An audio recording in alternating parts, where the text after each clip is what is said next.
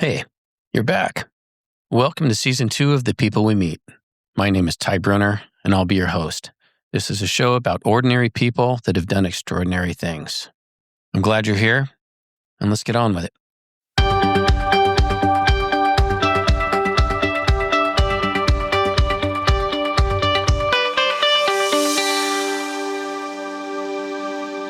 Hello, and welcome to another episode of The People We Meet. This is going to be another Voices of the Past. That's right. It's story time. So sit down, grab your little bag of Skittles, and let me tell you a story. On October 27, 1962, 3 Soviet officers aboard a submarine in the Caribbean Sea argued about whether to launch a nuclear weapon. The temperature inside the boat had climbed past 100 degrees, and the air was thick with carbon dioxide. The crew hadn't heard from Moscow in hours. And outside the hull, American warships were dropping explosives into the ocean. Captain Valentin Savitsky believed that the war had already begun, and he ordered the nuclear torpedo prepared for launch. Now, deep inside the cramped control room, the submarine rocked as another explosion rolled through the water. Now, the blasts were not meant to destroy the vessel. They were small practice depth charges intended to force the submarine to surface. But the men inside of B-59 didn't know that. All they knew was that American ships surrounded them and explosions kept echoing through the hull. Savitsky reached a terrifying conclusion.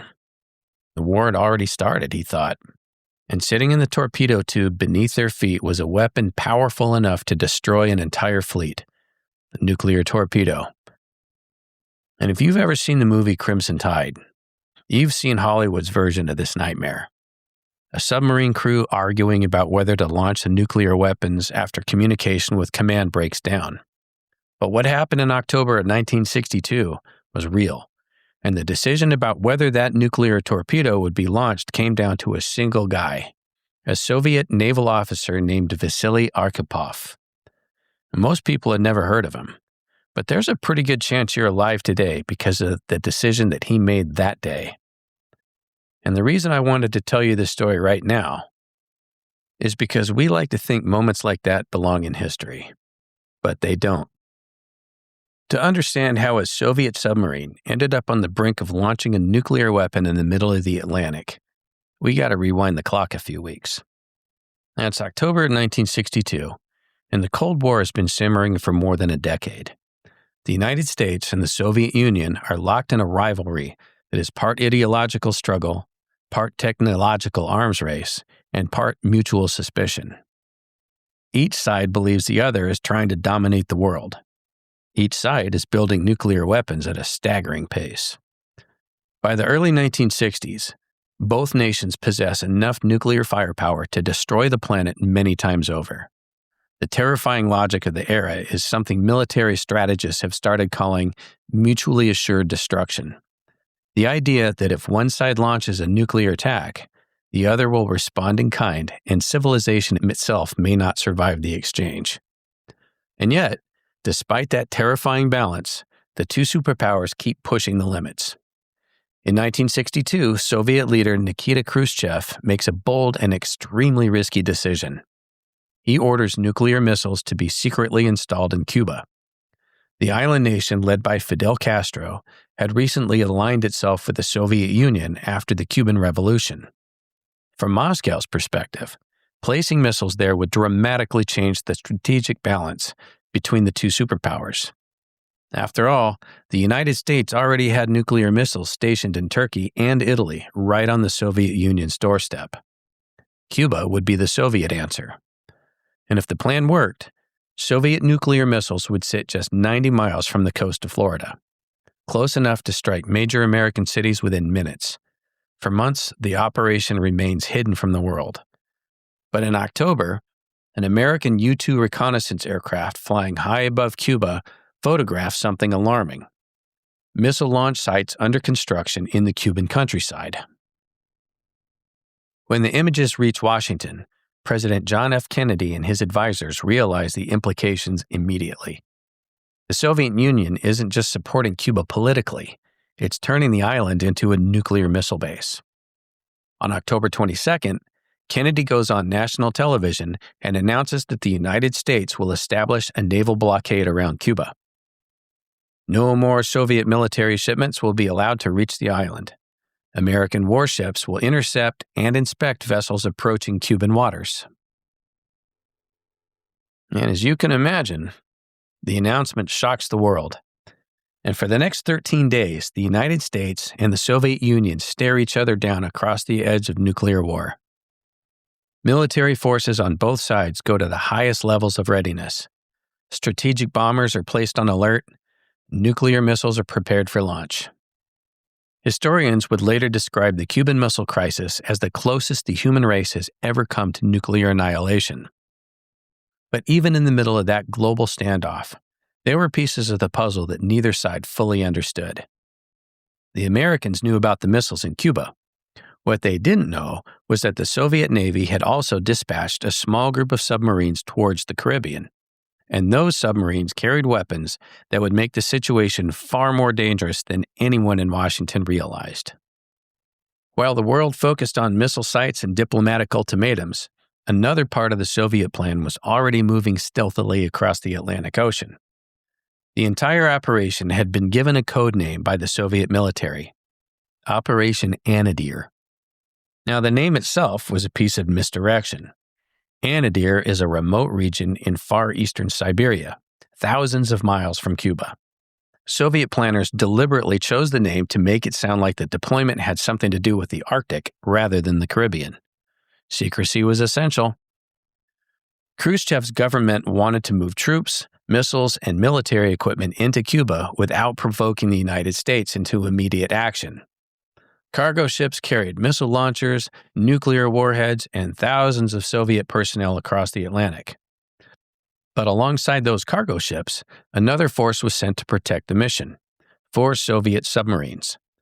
Each of them was a diesel-electric Foxtrot-class submarine, the backbone of the Soviet Navy's submarine fleet at the time. These boats were designed primarily for operations in the cold waters of the North Atlantic and Arctic, not the sweltering tropical seas around Cuba. Still, the orders were clear. The submarines would travel across the Atlantic, slip past American naval patrols, and take up positions near Cuba. If the United States attempted to invade the island, these submarines would be there to defend Soviet shipping and Soviet forces. But the most dangerous part of their mission was something the Americans didn't know. Each of the submarines carried a special weapon, a T-5 nuclear torpedo. The warhead on that torpedo had a yield of roughly 10 to 15 kilotons, comparable to the atomic bomb that destroyed Hiroshima in 1945. Detonated underwater, the explosion could devastate an entire formation of warships, aircraft carriers, destroyers, everything within miles. The presence of those nuclear weapons was a closely guarded secret, even within the Soviet military. And the United States Navy, searching the waters around Cuba, had absolutely no idea those weapons existed. From the American perspective, the mission was simple: enforce the blockade, track Soviet submarines, and force them to surface if they approached the quarantine line. But down beneath the ocean surface, those submarines were carrying weapons capable of triggering the very war both sides were trying to avoid. And one of those submarines was B-59. And within days, it would find itself surrounded by American warships. Among the officers aboard submarine B-59 in October 1962 was a man whose authority on the boat was somewhat unusual. He wasn't the captain. That position belonged to Captain Valentin Savitsky. But sitting in the control room that day was another officer whose opinion carried enormous weight, and his name was Vasily Alexandrovich Arkhipov. Arkhipov had been born in 1926 in a small rural village outside of Moscow. His parents were peasants, part of a generation that had lived through revolution, famine, and the brutal upheavals of early Soviet history. Like many young men of his generation, Arkhipov's life was shaped by war. He came of age during the final years of World War II and joined the Soviet Navy not long afterwards, at a time when the Soviet Union was pouring enormous resources into building a modern submarine fleet. By the late 1950s, Arkhipov had built a reputation as a steady and capable officer. Not flashy, not loud, but the kind of man other sailors trusted when things got difficult. That reputation would be tested in a dramatic way the year before the Cuban Missile Crisis. In 1961, Arkhipov was serving as the executive officer aboard the Soviet nuclear submarine K-19. You may have heard of it. They made a movie about it and everything. K-19 was one of the Soviet Union's first nuclear-powered submarines, a cutting-edge piece of technology meant to compete with the growing fleet of American nuclear subs. But like many early nuclear vessels, it suffered from serious design and safety problems. In July of that year, while operating in the North Atlantic, disaster struck.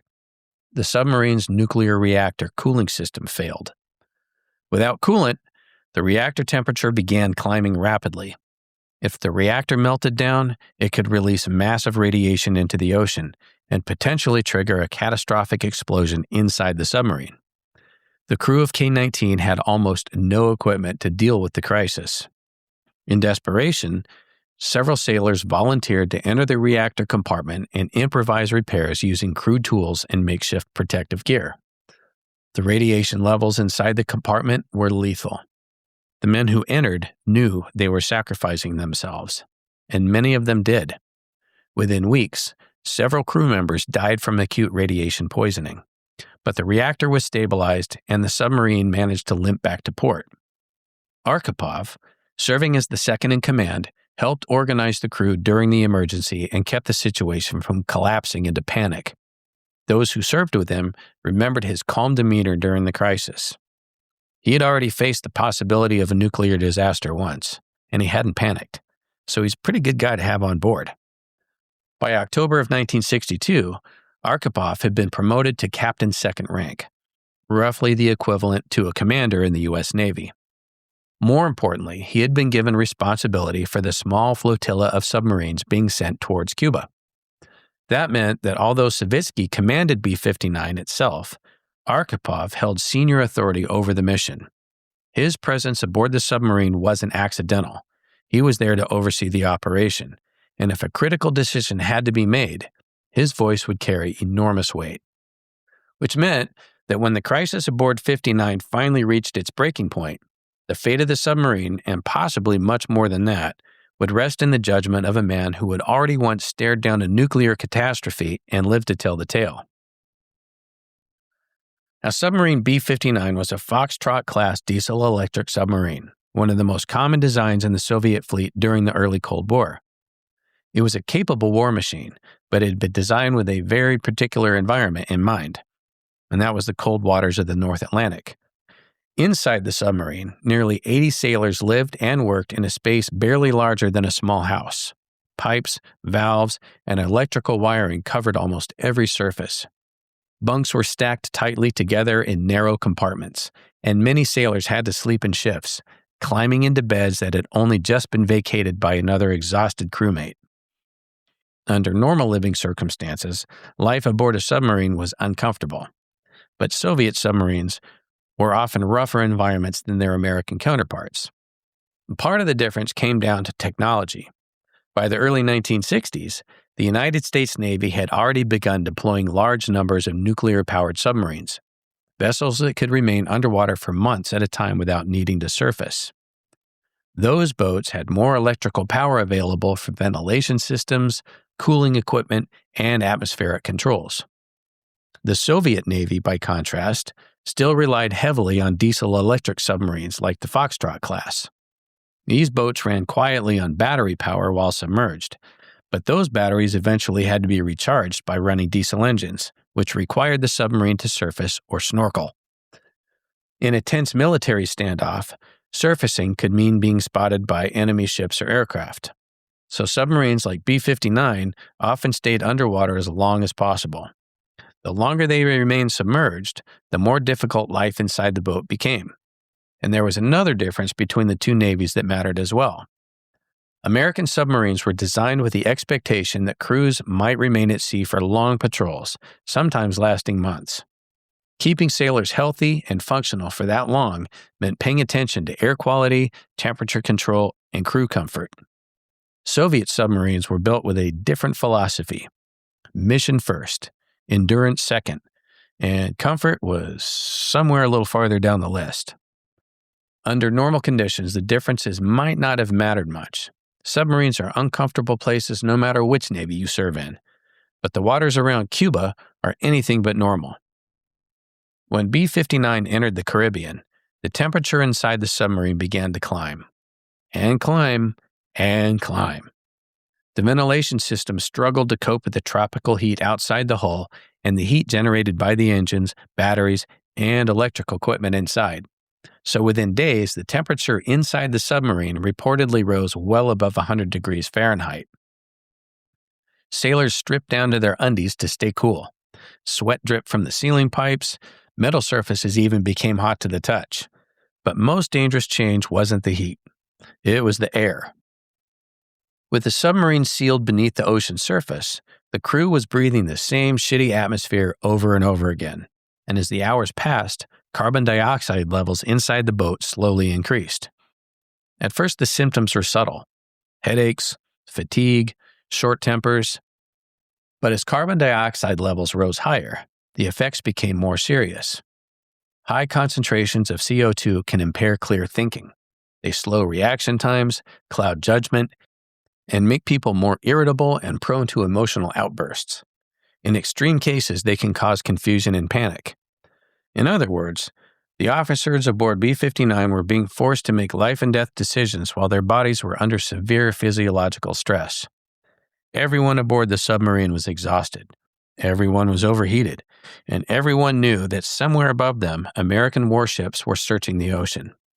The atmosphere inside the submarine was already tense, and it was about to become explosive. By late October 1962, the waters around Cuba had become one of the most heavily patrolled stretches of ocean on Earth. American destroyers, aircraft, and patrol ships were sweeping the region day and night, enforcing the naval blockade President Kennedy had announced to the world. Their mission was straightforward: prevent additional Soviet military shipments from reaching Cuba. But there was another concern. American commanders knew Soviet submarines might already be in the area, and they were determined to find them. Submarine B-59 had crossed most of the Atlantic undetected. But once it entered the Caribbean, the environment began to work against it. Warmer water made sonar more effective, and the net tightened. Eventually, U.S. Navy destroyers picked up a contact. Something was moving beneath the surface, and they began to close in. From the American perspective, what happened next was controlled, measured, and even cautious. The Navy had a procedure for dealing with unidentified submarines during the blockade. The goal was not to destroy them, that risked escalation, but to force them to surface and identify themselves. So they used what were called practice depth charges. These were small, controlled explosives, not designed to damage a submarine, but to send a signal. We know you're down there. Surface immediately. It was, in theory, a form of communication. But communication only works if both sides understand the language, and in this case, they didn't. The Soviet crews aboard these submarines had never been clearly briefed on this American signaling method. There had been no shared protocol, no coordinated understanding, no moment where both sides agreed, hey, this is what this means. So when the charges detonated around B-59, the crew didn't hear a warning. They heard explosives, loud, repetitive, and closing in. Inside the submarine, there was no context to interpret them as anything else. And the deeper problem was this: there was no way to ask.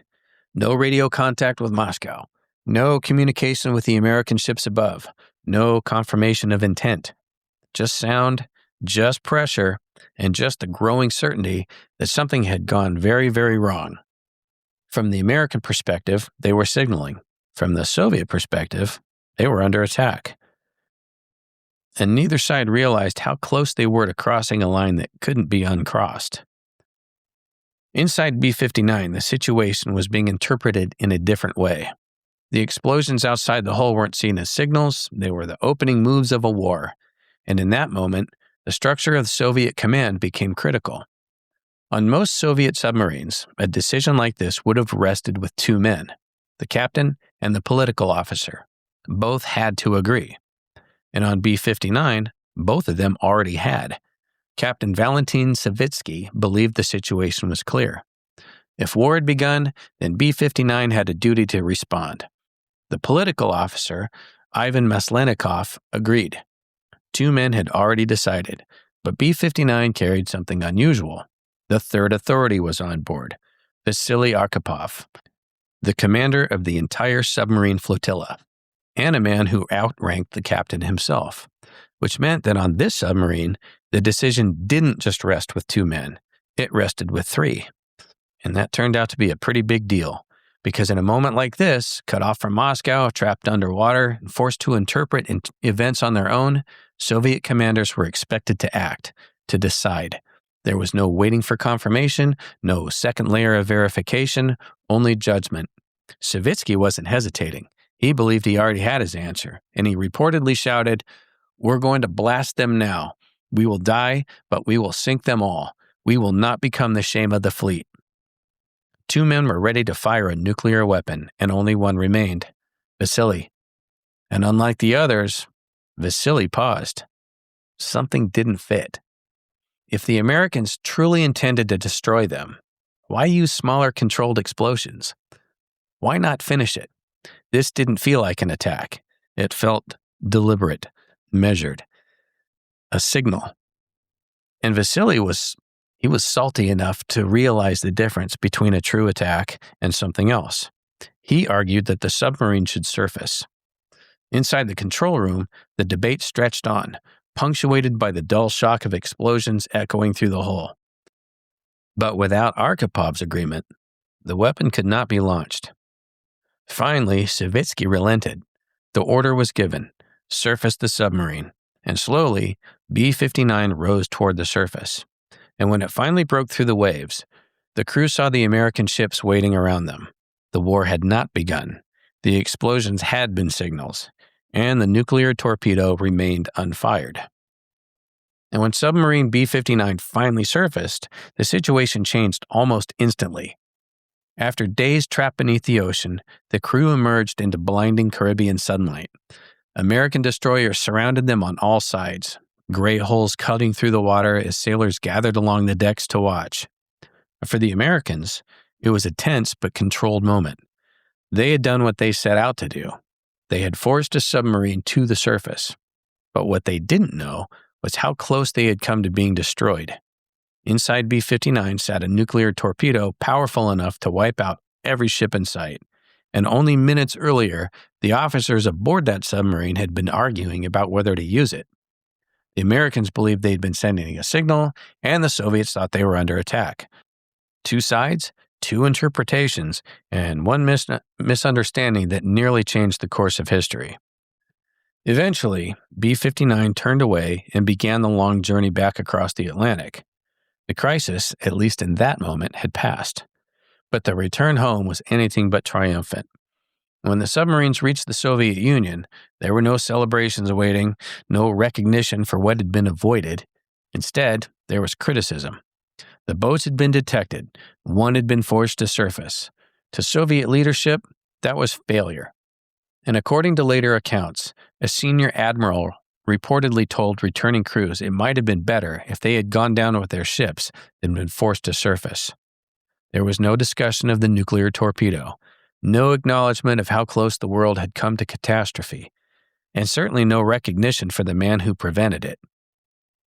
Vasily Arkhipov returned to his career the same way he had lived it, quietly and professionally. He continued serving in the Soviet Navy for years, eventually rising to the rank of vice admiral. And the events aboard B-59 remained buried, known only to a small circle of officials, and they weren't talking. It wasn't until decades later, after the Cold War had ended and Soviet archives began to open, that the full story finally came into focus.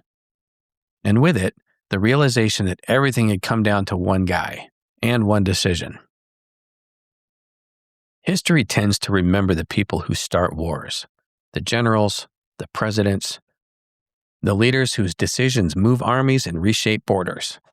But sometimes the fate of the world turns on something much quieter: a single person deciding not to act. During the Cuban Missile Crisis, the United States and the Soviet Union were already standing on the edge of nuclear war. Missiles were armed. Bombers were ready. Both sides were preparing for the possibility that everything could end in a matter of hours. And somewhere beneath the ocean, inside a steel submarine, cut off from the world, 3 men argued about what to do next. 2 thought that the war had started, and 1 wasn't convinced. And I'll be honest with you. Growing up in the United States, especially during the tail end of the Cold War, the story always felt simple. We were the good guys. They were the bad guys. And that's how it showed up in movies. And that's how it showed up in conversations. And that's how a lot of us learned to see the world. But history isn't clean, man. Because when you zoom in, past the flags, past the politics, past the propaganda and the bullshit, you don't find good countries and bad countries. You find people. And sometimes, the person on the other side of that divide is the one who saves your ass. Vasily Arkhipov didn't refuse to launch that torpedo because he was trying to be a hero. He wasn't making a grand statement. He was doing something simpler. He was thinking. He questioned what he was seeing, and he refused to act on incomplete information. He chose restraint in a moment that demanded reaction. And he did what he thought was right in the face of formidable opposition. And because he did, the torpedo was never fired, which is strange to think about. Now, getting back to Crimson Tide, you've now heard a real version of this movie. A hardened captain, played by Gene Hackman, convinced the order is real, and a young executive officer, played by Denzel Washington, demanding proof.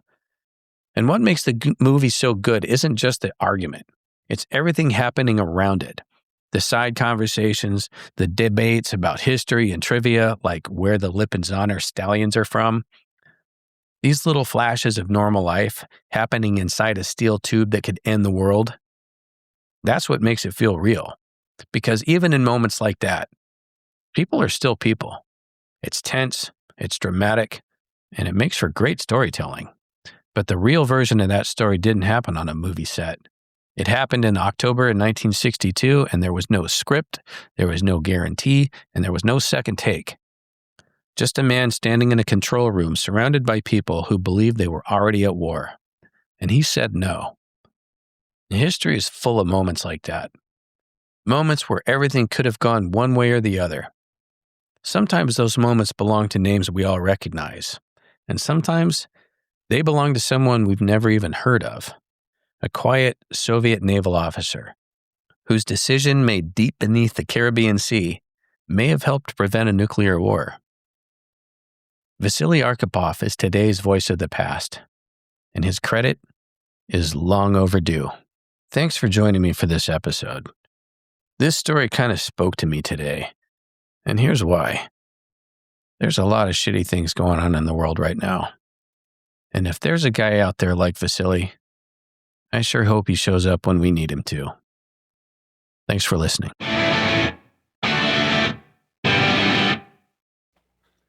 Well, that'll about do it for this episode of The People We Meet.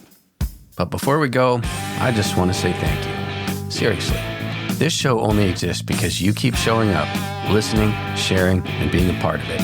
And I don't take that lightly. And to my family for humoring my foolish endeavors. And if something in this episode stuck with you, pass it along. Share it with someone who needs to hear it. And if you've got a story, your story or someone else's that deserves a voice, I want to hear from you. Head over to the People We Meet podcast and reach out. You can also find the show on Instagram, Facebook, YouTube, and Podbean. Give it a follow. Stay connected and help this thing grow. Thanks again for listening. And as always, be good to each other.